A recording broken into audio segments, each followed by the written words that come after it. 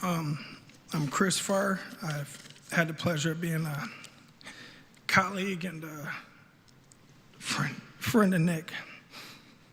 I wrote this out because I knew if I tried to just talk, I'd cry the whole time. So I'm going to go ahead and verify God's word.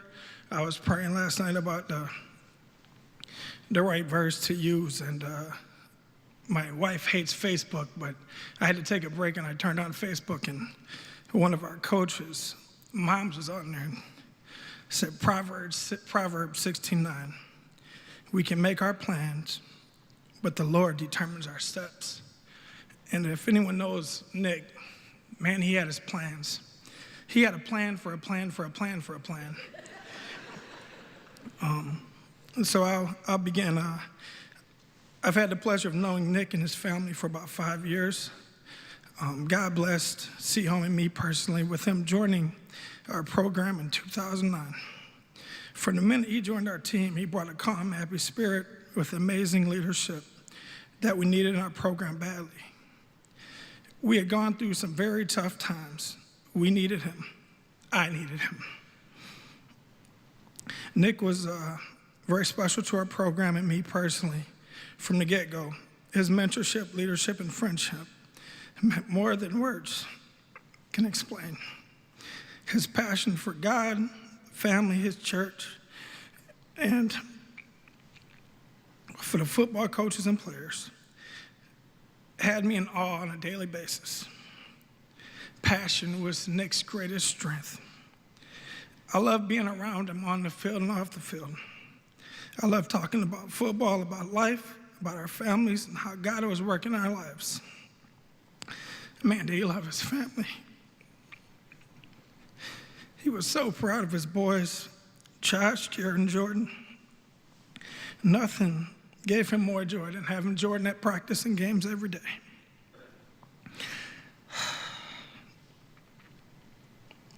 And his women in his life, Mariah and Timmery, whom he missed dearly during the season because he was away from them so much. He loved you guys so much.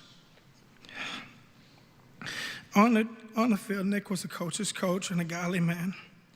There are great teachers and coaches who can influence kids, and Nick had that mastered. It was easy for him. He just simply had to be himself. And he would have a long-lasting effect on every kid that he came in contact with.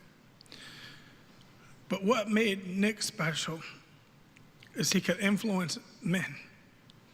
He threw the phrase, you can't teach old dogs new tricks, right out the window, because he did it on a daily basis. He made grown men better men. How do I know that? Because he made me better. He made the most of every second he was on the football field. He was so happy. He was fired up every day. And it made the rest of us fired up and equally as happy. He was very passionate about his friends in coaching, especially Dwayne Losey, Coach Griffith, and all the rest of the guys from Troy. He often talked about how much he admired working with them for all those years. He loved the process they went through of winning, then going through tough times and building it back up to winning again. He loved challenges. I'm assuming that's why he came and worked for me. Nick, when we first talked about him coming to Seahome, he said, I'll pray about it and I'll get back to you. I said, okay. A month went by. I'm like, man, 2 months. I'm like, man, this. So he called and he goes, all right, it's confirmed I'm going to go ahead and come over. And I was so happy because I had been praying to our pastor too that I needed a mentor more than I needed a coach. I was at that point floundering as a head coach. I was young. I was trying so hard to do the right thing, but I just was too passionate and couldn't ever just slow down and get things done. And he came right in and just calmed me. And from that moment, the last 2 years at Seahome were the best years I had. even though we didn't win on the field as much as we wanted to.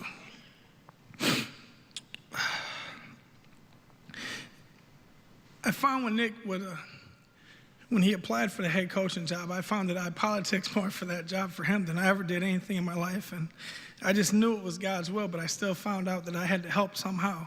So I call our AD Aaron Frank all the time. Hey, you know, there's no question, you know, you got to do it. And then when Nick called and told me, I was actually working at a gym, and I was just jumping up and down and running around the gym. And people were like, isn't that the place that fired you? I was like, first of all, I resigned. And second of all, somebody that's going to do better for those kids is in a job now than I ever could.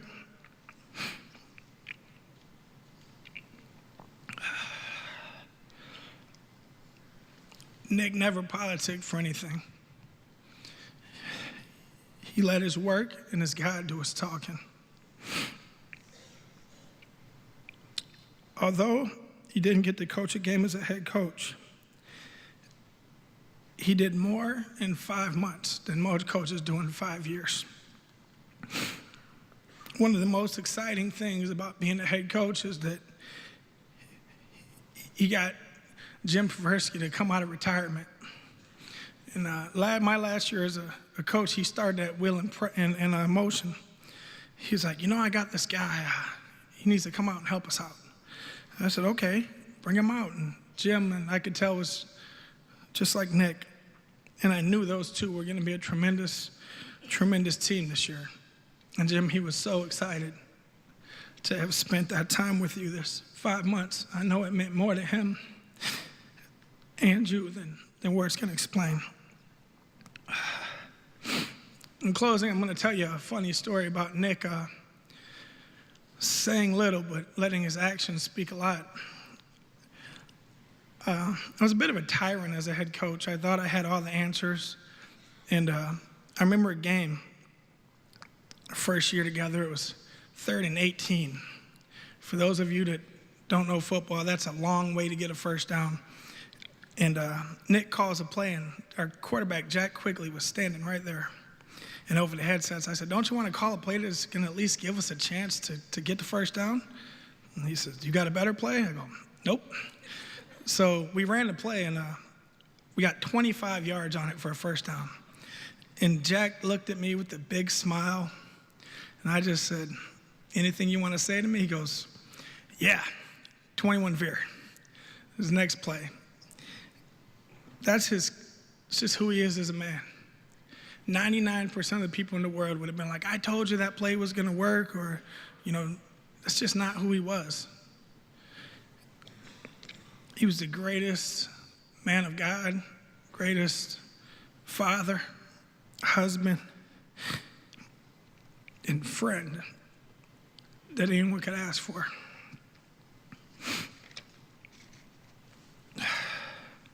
I'm going to end with this. We know Nick loved God, and he loved all of us.